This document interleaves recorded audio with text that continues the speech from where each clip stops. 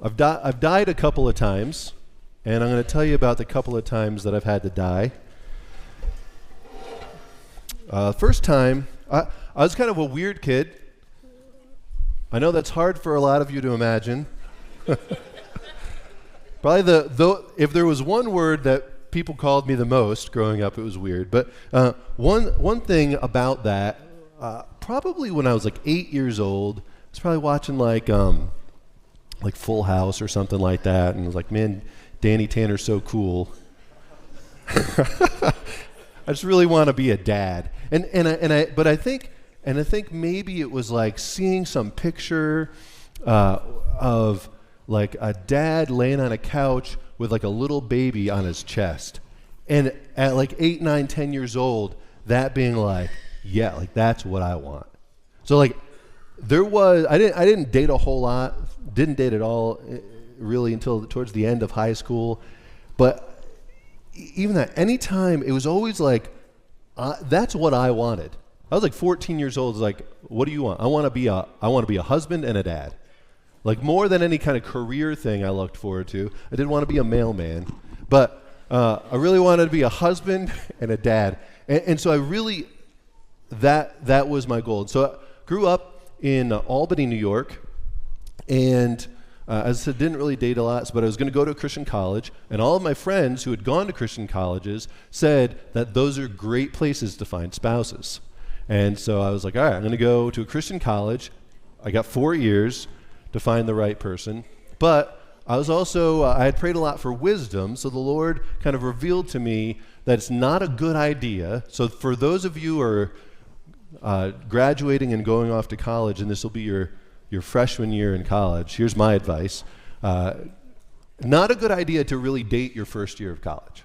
Because this is what I saw, was that people would go off to college, they'd get wrapped up into a relationship, and then they'd finish with their freshman year and realize like, oh, I don't have any friends at college because I dated this one person, and maybe it worked out, maybe it didn't. But that was my idea, that was in my head, so I was like, all right. So I didn't really do that, so that gave me 3 years to find my wife.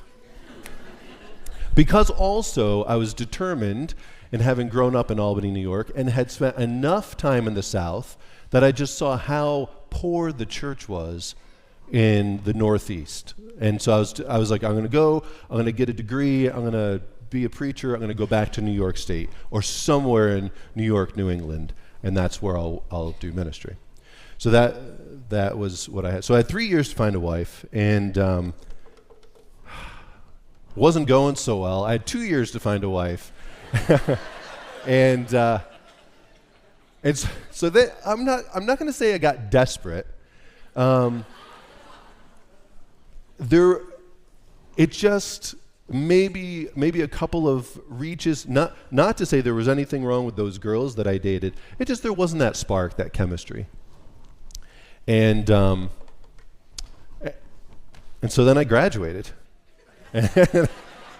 And I was moving back to. I had already secured the job for a church in Utica, New York, and I was excited about that. But I kind of knew that it was gonna be rough. But I was going back, and there was kind of one last ditch hope, because I had found out that like a girl that I grew up with that was in my youth group, she was like 3 years older than me, and was like way out of my league and older than me.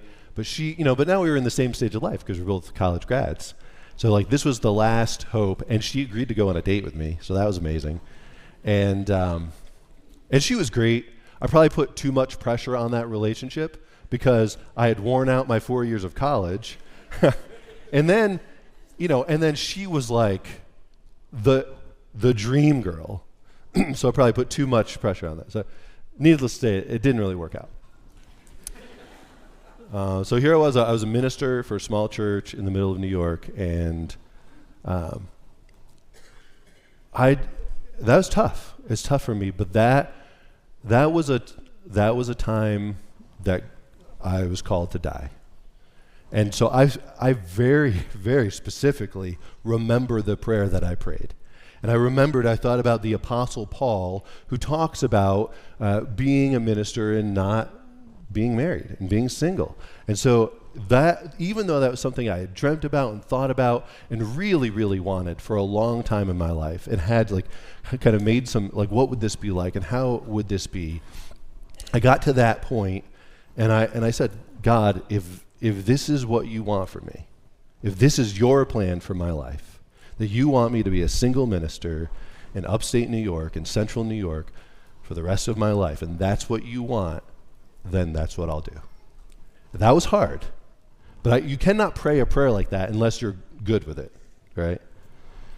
And so it was about 2 or 3 days later, I went to the camp, the Bible camp that I had grown up going to, and I had been asked to go speak at their work and worship week, which is like the counselor initiation, getting the camp ready, and I see Cassie. And Cassie and I had been good friends. We had been not best friends, we had been good friends and had a lot of really good conversations. And seeing Cassie was not an immediate, it was just kind of like a breath of fresh air. Like, okay, wait, maybe there is hope. But I had prayed that prayer, so I wasn't forcing anything. And then I was back at camp a couple weeks later, because I only lived 35 minutes away from the camp at this point. And then it was like, oh yeah, she's the one. And then, I mean, this was a fast timeline, because it was just a couple weeks after that we started this could be romantic. And a couple weeks after that, we were talking about marriage. And a couple months after that, I proposed to her. Or I asked her parents if I could marry her. And then a couple of months, so that was August, we started dating. January, we got engaged. And May, we got married. June 1st. So it was quick turnaround. It was not my plan, but I had to surrender my plan to God. I had to die to that thing. The other thing that was kind of a big thing, and actually, I don't have enough time to tell it right now, but Cassie had a very similar story, but the opposite, moving into that, where she was kind of like, I don't need a man. I'm a strong, independent woman. God, I'm not going to date anybody. And then she met me, and you can. I recommend maybe getting her side of that story. But we love telling it together, because it is really essentially we both really had to die to ourselves and to the dream that we had, and to the whatever was in our brains about what was right and what God wanted us to do, so that we could do that. So as I said, I'd started working for this church, but you go to, I had at that Bible camp and different experiences where I got to speak. I got to speak to people, and I'm like a shy guy. You put me in a room with a couple of people and I'll do okay. Put me in a crowd and I'm not as good. But for some reason I could get up on a stage and I was fine. I don't know why. I don't know why that worked out that way. But even from being 14, 15 years old, I could get up in front of my youth group. I could get up in front of the camp. I could get up in front of a church. Did my internship in a big church in Nashville, 19 years old, get up in front of a church of 900 people, and I'm just preaching. It's fine. I'm not I don't know what to do. It was just fine. Some people are like that. No knock on you. I don't know why I can do that. But I could do that, and all the way through, people kept complimenting, oh, you're a good preacher, you're good at this, good at that. So that was nice to hear, pat on my back. So I had this idea in my brain, all right, I'm going to go to this small church in upstate New York, central New York, and we're going to grow. And we're going to become a bigger church. And then that bigger church is going to start, because actually at one point, you guys know Freed Hardman University is in a town called Hendersonville. Henderson. All right, sorry. I knew that. I was just checking to see. So Henderson, Tennessee. But what we did, so we were going to go down there. We were trying to recruit some kids to come up to New York to help us start some of these churches. What we did was we looked at where we were in New York State, our county and the 5 counties around us in New York State, Churches of Christ. The amount of, in those 6 counties, we had 5 Churches of Christ, and the average attendance on Sunday morning at those Churches of Christ was about 30. So we showed the kids in Henderson, Tennessee, population of 2,200, something like that. Is that right? Okay. All right. Got a lot of Henderson, yeah. The amount of churches in Henderson and the amount of people going to those churches in Henderson. And it's just, we're gonna grow the church, we're gonna multiply the church, we're gonna do all these things. And I thought, like, I could do it because everybody keeps telling me that I'm a good preacher. And so that's what, like, I read a church growth book and it says, oh yeah. I mean, people need to invite their friends and family, but if you have good, solid preaching, that is like a big ingredient for growing a church. So, 10 years into it, we had moved the needle a little bit, but not so much. And so we did some different things. We did some good things. That, I don't look back at that time and like, oh, I wasted my life. No, like, it was all good. It was all good. But I did get to a point, and this is also not a knock on that church, but I did get to a point in that ministry where I really just I felt like, as I read through scriptures, and at one point I had compared myself to Paul. At this point, it was looking like, I don't think we're really going to be able to move this church into the so-called promised land until a generation dies off. Do you get what I'm saying? Like, there was a hold on that church with the culture of the church and the way that we were going to do things, that we were never really going to break through and really connect with the community in a significant way until a generation died off. And so that was really tough for me because I was going there. I was the young hotshot. I was going to go. We were going to grow this thing. We were going to blow it wide open. I looked at all these guys that I had grown up with. They had been ministers at these churches that stayed the same size for 8 years, 10 years, 15 years. And I just thought, like, I'm going to be different. I'm going to be better. I'll show them all how it's done. And so that was the other prayer that I distinctly remember. And it was a really tough prayer because I knew I had been there for 15 years. And, Moses wandered in the desert for 40 with those people. And that's what it was going to take. So I was like, God, if you need me, I do not want to do this.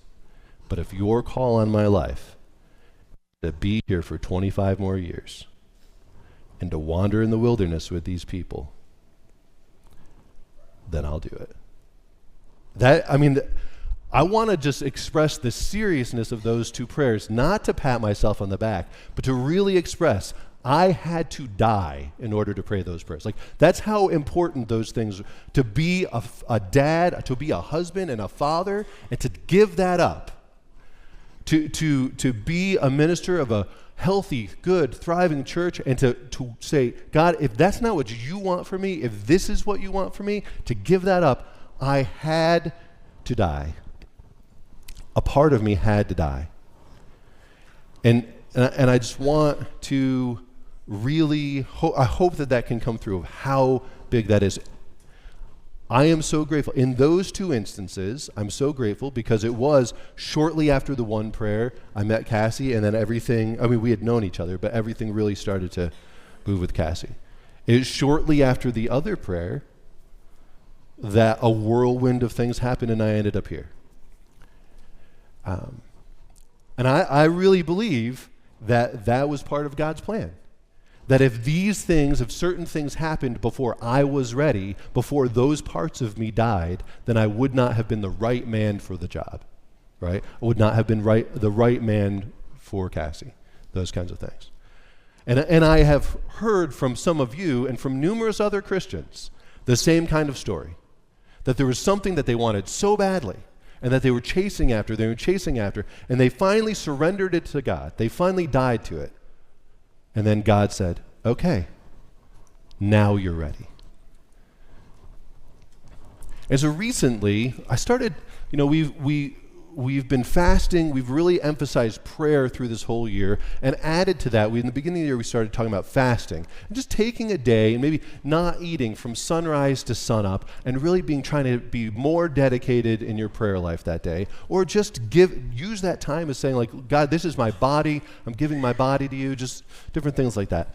And so within that, I started to develop kind of a prayer rhythm. And on Thursdays, I was praying this prayer. It's 12 prayer points for disciple making, for the disciple making missions in the world. I want to run through them really quick, but I'll drop the girls off at school at 7:30, drive down to Fowler Park. walk a mile and a half up and a mile and a half back. That takes about an hour at the pace that I was going, right? So it gives you an hour, 12 prayer points, 5 minutes each for these things, for these following things. All right, first one, pray to God to send laborers in the harvest field for an increase in disciple makers and intercessors. We'll come back to this idea, but then the scriptures here are with them. The harvest is plentiful, the workers are few. We're going to read in a little bit. If you've got a Bible, you can turn to Matthew chapter 9 and 10.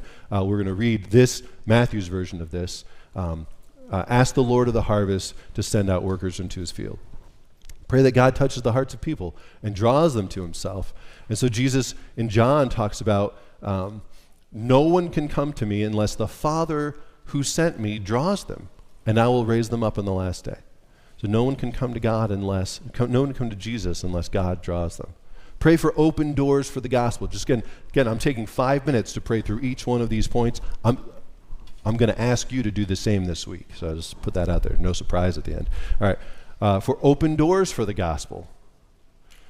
Pray too that God will open a door for our message.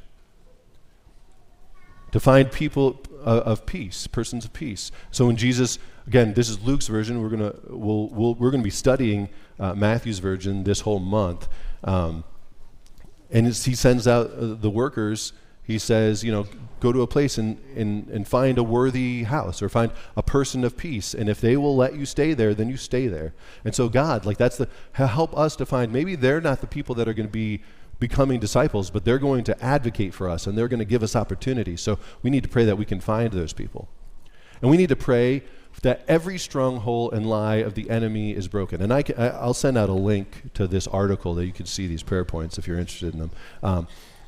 And so we know that Satan works in lies, right? And he has done a lot to deceive our world and to get people thinking falsely about different things. So we need to pray against that. That he would grant boldness in sharing the gospel. Acts 4 is an example of them praying that they would be bold in sharing the gospel, and then the whole place that they're at shakes. That there would be a fresh anointing and the power of the Holy Spirit on the disciple makers. This is how Jesus was effective in his ministry, as he had the power of the Holy Spirit. And a couple of scriptures that kind of backed up it. Acts 1:8, and Jesus says, and you'll receive power when the Holy Spirit comes on you. So we're not going to be effective in our disciple making, in our evangelism, unless we have power from on high. For an increase in signs, wonders, and miracles. Again, here's the Apostle Paul speaking. He says, my message and my preaching were not with wise and persuasive words, but with a demonstration of the Spirit's power. And then praying for workers in the field. Jesus says, I'm sending you out like sheep among wolves. So pray for those people to be supported by protection, and pray for that they'll have the resources that they need to get the work done. And then pray that there'll be multiplication in people's hearts. So we see that in the Gospels and in Acts, when the word spreads, it doesn't just spread from one person to one person, but there's this multiplication that happens when the Spirit's involved. And then the last point in the 12 prayer points is pray for other movements and disciple makers all around the world. All right, so I'm 7 weeks in to praying this prayer every week for 1 hour, praying 1 hour on this walk. And it was the 7th week that it hit me. Now, this is a different kind of having to die, maybe, than those first two examples, but in my mind, they all connected. And it was that for a long time with evangelism, it was, to me, in this call to be in Jesus' mission, it was about, what do I need to do? And who do I need to be? And how do I need to do it? Do I have the right strategies? Do I have the right tactics? Do I have the right know-how? Do I have the right information in my head? If somebody asks me this, what will I say? Am I prepared? And all of these things, and all of these, and I can tend to be that kind of person. If here's the task, well, okay, let me spend all of this time preparing for it, probably over preparing, so that I can do the task. And so that's a lot of my ministry life, though, has been focus on the church. But then, okay, will there be opportunities to evangelize? Will there be opportunities to connect with the world outside of God's church? And I don't know, it was just something about this, and really, and I've got the end of Matthew chapter 9 here, and Jesus traveled through the towns and villages of that area, teaching in the synagogues and announcing the good news about the kingdom, and he healed every kind of disease and illness. And he saw the crowds, and he had compassion on them because they were confused and helpless like sheep without a shepherd. And he said to his disciples, "The harvest is great, but the workers are few. So pray to the Lord who is in charge of the harvest. Ask him to send more workers into his field." And so that the first prayer point was praying for workers for the field, from this scripture essentially, and praying for more intercessors. And so there's just so many of these things that I'd been praying that all of a sudden I was just kind of like, my brain was unlocked, and I realized that I have to die to this idea that evangelism is so dependent on me, that reaching the lost is so much on me, but that it's God. Who's the Lord of the harvest? It's not me. It's God. And that in that prayer, who am I calling God? Who am I calling on God to send? Workers for the field, absolutely. But also, who is Jesus calling on? He's saying to the people, he is not telling them in this instance, man, you guys need to go be workers. He's saying, you guys need to be prayers. And this that we have in the end of Matthew chapter 9 is not that, hey, all of this stuff happened up to Matthew chapter 9 and verse 34, and then all of a sudden, in verse 35, Jesus travels through all the towns and villages, right? This is what we would call a summary statement. This is Matthew saying, this is what has happened. And so what I'm thinking is that this is what keeps happening, is Jesus takes his disciples, they're wandering through, he's teaching, he's healing, he's doing his thing, and when they get out of the town, he's like a whole bunch of other people who are lost and helpless. And he turns to his disciples, town after town, after village, after synagogue, and he says, we need to pray for more workers. Because who was the worker at that point? Just Jesus. He was doing it all. And all the other people were just following him. The disciples were just following. They were just learning. And so they go to a new place, and Jesus teaches, and Jesus heals, and Jesus says, you need to pray for more workers. And then they go to the next place, and Jesus says, you need to pray for more workers. So the whole first couple of years of the disciples, not just the 12, because at this point, Matthew has not even introduced us to the 12. That'll happen in the first couple of verses of chapter 10. But all of the people who are following Jesus, what is the one thing that Jesus asked them to do? Pray. Pray for workers. And to me, maybe to you, they're like, yeah. But to me, as I was walking at Fowler Park 2.5 weeks ago, and I'm praying for workers and intercessors, it hit me about how much of this piece I've missed. And then I'm looking through, and as I go through each prayer point, I'm like, oh yeah, duh, that's only God can do that, and only God can do that, and only God can do that. And only God can do this, this, and this too. And sure, I'm praying, but I was praying these things with so much of myself involved and in the way. And not just being able to step back and say, God, can you change a heart? God, can you convict with your spirit? God, can you show me where to go? And so just a kind of another little way that I had to die.